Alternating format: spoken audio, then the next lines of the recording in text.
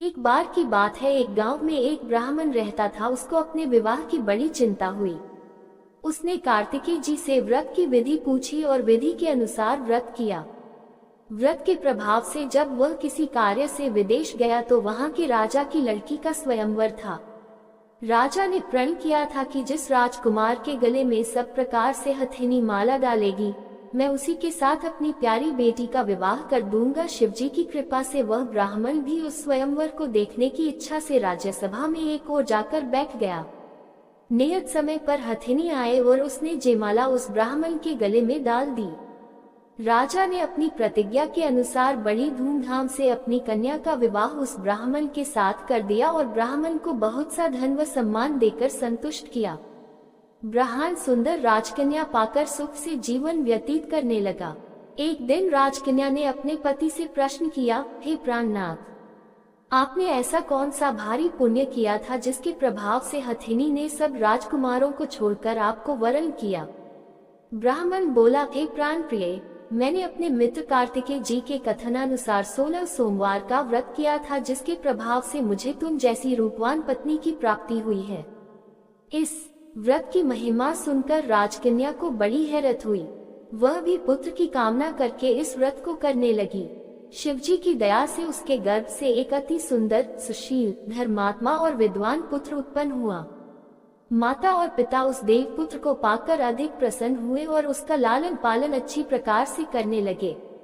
जब पुत्र समझदार हुआ तो एक दिन उसने अपनी माता से प्रश्न किया कि हे माँ, तुमने कौन सा व्रत और तप किया है जो मेरे जैसा पुत्र तुम्हारे गर्भ से उत्पन्न हुआ? उसकी माता ने 16 सोमवार की व्रत कथा पुत्र को बताई। पुत्र ने सब तरह के मनोरथ पूरे करने वाले इस सरल व्रत को सुना तो वह भी राज्याधिकार पाने की इच्छा से हर सोमवार को यथाविधि यह व्रत करने लगा। व्रत शुरू करने के बाद एक देश के वृद्ध राजा के दूतों ने आकर उसको राजकन्या के लिए वरण किया। राजा ने अपनी बेटी का विवाह ऐसे सर्वगुण संपन्न ब्राह्मण युवक के साथ करके बड़ा सुख प्राप्त किया। वृद्ध राजा के दिवंगत हो जाने के बाद इसी ब्राह्मण को सिंहासन पर बैठाया गया, क्योंकि दिवंगत राजा का कोई पुत्र नहीं था। राज्य का उत्तराधिकारी होकर भी यह ब्राह्मण पुत्र 16 सोमवार करता रहा। जब 17वां सोमवार आया तो विप्र पुत्र ने अपनी प्रियतमा से पूजन सामग्री लेकर शिव पूजा के लिए शिवालय में चलने को कहा, परंतु उसकी पत्नी ने उसकी आज्ञा की परवाह न की। दास दासियों द्वारा सब सामग्रियां शिवालय में भिजवा दी, परंतु स्वयं नहीं गई। जब राजा ने शिवजी का पूजन समाप्त किया तब आकाशवाणी हुई, हे राजा, अपनी इस रानी को राजमहल से निकाल दे, नहीं तो ये तेरा सर्वनाश कर देगी। यह आकाशवाणी सुनने के बाद राजा के आश्चर्य का ठिकाना न रहा। उसने मंत्रणागृह में आकर अपने सभासदों को बुलाकर कहा, मंत्रियों, मुझे आज शिवजी की आकाशवाणी हुई है कि राजा तू अपनी इस रानी को राज्य से निकाल दे, नहीं तो ये तेरा सर्वनाश कर देगी। राज्य के मंत्री और सभासद आदि सब विस्मय और दुख में डूब गए, क्योंकि जिस कन्या के कारण उसे राज्य मिला था, राजा उसी को निकालने की बात कह रहा था। ये कैसे हो सकता था? पर राजा ने मंत्रियों की परवाह नहीं की। उसने अपनी पत्नी को राजमहल से निकाल दिया। रानी दुखी हृदय से भाग्य को कोसती हुई राज्य से बाहर चली गई। बिना पदत्राण, फटे हुए वस्त्र पहने, भूख से दुखी हृदय से भाग्य को कोसती हुई चली जा रही थी कि उसकी अचानक एक करुण बुढ़िया से भेंट हुई जो सूत काट कर बेचने जाती थी।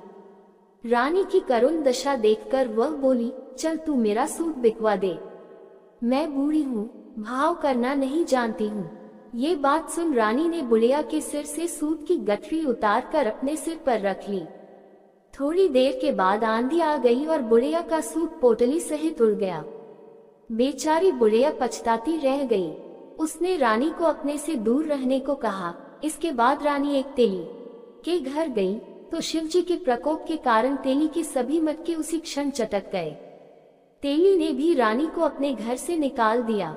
बहुत से दुख उठाती रानी एक नदी के किनारे गई तो नदी का सारा जल सूख गया। उसके पश्चात रानी एक जंगल में गई। वहां सरोवर में पानी पीने गई तो उसके हाथ का स्पर्श होते ही सरोवर का नीलकमल के समान जल में कीड़े पड़ गए और जल गंदा हो गया। रानी ने भाग्य पर दोष देते हुए उस जल को पीकर पेड़ की शीतल छाया में विश्राम करना चाहा, परंतु वह जिस पेड़ के नीचे विश्राम करती उस पेड़ के पत्ते तुरंत टूटकर गिर जाते थे। वन, सरोवर, जलाशय की ऐसी दशा देख गऊ चराते ग्वालों ने अपने गुसाई जी से, जो उस जंगल में स्थित मंदिर में पुजारी थे, उनको ये बात बताई। गुसाई जी के आदेशानुसार ग्वाले रानी को पकड़कर गुसाई जी के पास लाए। रानी की मुख कांति और शरीर शोभा देख गुसाई जी जान गए कि यह अवश्य ही कोई विधि की गति की मारी कुलीन स्त्री है। पुजारी रानी से कहा, पुत्री, मैं तुमको अपनी पुत्री के समान रखूंगा। तुम मेरे आश्रम में आकर रहो, मैं तुम्हें किसी प्रकार का दुख नहीं होने दूंगा। गुसाई जी के वचन सुनकर रानी को धीरज हुआ। वह आश्रम में रहने लगी। रानी जो भोजन बनाती उसमें कीड़े पड़ जाते, जल भर कर लाती उसमें भी कीड़े पड़ जाते। रानी की ये दशा देख गुसाई जी भी बड़े दुखी हुए और रानी से बोले, हे पुत्री, तुम्हारे ऊपर कौन से देवता का प्रकोप है जिससे तुम्हारी ऐसी हालत हुई है। पुजारी जी की बात सुनकर रानी ने शिवजी महाराज के पूजन का बहिष्कार की बात बताई तो पुजारी जी शिवजी महाराज की अनेक प्रकार से स्तुति करते हुए रानी से बोले कि पुत्री, सब मनोरथ पूरे करने वाले 16 सोमवार व्रत को करो, उसके प्रभाव से इस कष्ट से मुक्त हो सकोगी। गुसाई जी की बात मानकर रानी ने 16 सोमवार व्रत किए। 17वें सोमवार को विधि विधान सहित पूजन किया।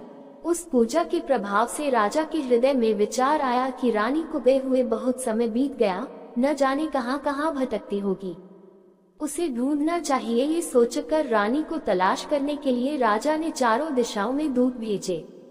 वे दूत रानी को तलाश करते हुए गुसाई जी के आश्रम में पहुंचे। वहां रानी को पाकर उनसे रानी को अपने साथ ले जाने का आग्रह करने लगे, परंतु गुसाई जी ने मना कर दिया। दूत चुपचाप वापस लौट आए और राजा को रानी का पता बतलाया। रानी का पता पाकर राजा गुसाई जी के आश्रम में गए और उनसे कहा, महाराज, जो देवी आपके आश्रम में रहती है वह मेरी पत्नी है। शिवजी के प्रकोप के कारण मैंने उसको त्याग दिया था। अब मैं भोलेनाथ की कृपा से उसे लेने आया हूँ। कृपया मुझे अपनी पत्नी को साथ ले जाने की आज्ञा दें। ये सुनकर गुसाई जी बड़े प्रसन्न हुए। उन्होंने रानी को राजा के साथ जाने की अनुमति दे दी। राजा बड़ी प्रसन्नता से रानी को महल में लेकर आया। सारे राज्य में उत्सव मनाया गया और चारों तरफ प्रसन्नता की लहर दौड़ गई। सारी प्रजा ने अपनी रानी के आने पर खुशियां मनाई।